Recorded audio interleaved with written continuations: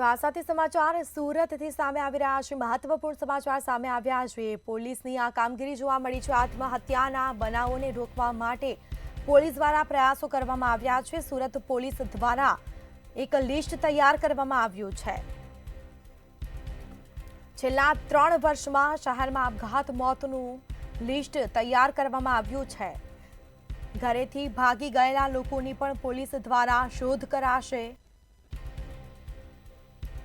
Police સાથે સ્થાનિક NGO પણ ભાગેલા લોકોની શોધશે। તેવી તમામ વ્યક્તિઓ ઘર છોડીને કેમ ભાગી ગયા છે તે અંગે સંશોધન કરવામાં આવશે। ત્યારબાદ સમસ્યાનું નિવારણ લાવવાની પોલીસ કોશિશ કરશે। આત્મહત્યાના બનાવોને રોકવા પોલીસ પ્રયાસ કરી રહી છે। વારંવાર થતા અકસ્માતો વાળી જગ્યાએ પણ રેડ ઝોન જાહેર કરાશે।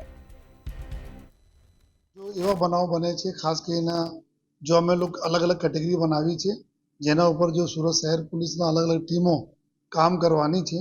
એમાં પહેલા એક એવું છે કે સુરત શહેરમાં જો એડી નામે ગુનાઓ દાખલ કરીએ છીએ જેમાં અનનેચરલ ડેથ્સના બેસિકલી અલગ અલગ એમાં હેડ્સમાં હોય છે।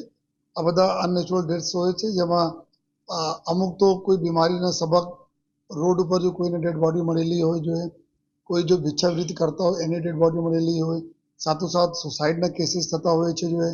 અને આ પ્રકારના જો અલગ અલગ આ પ્રકારના ડેથ્સ હોય છે એના માટે અમે એક ટીમ બનાવીને અભ્યાસ કરીએ છીએ।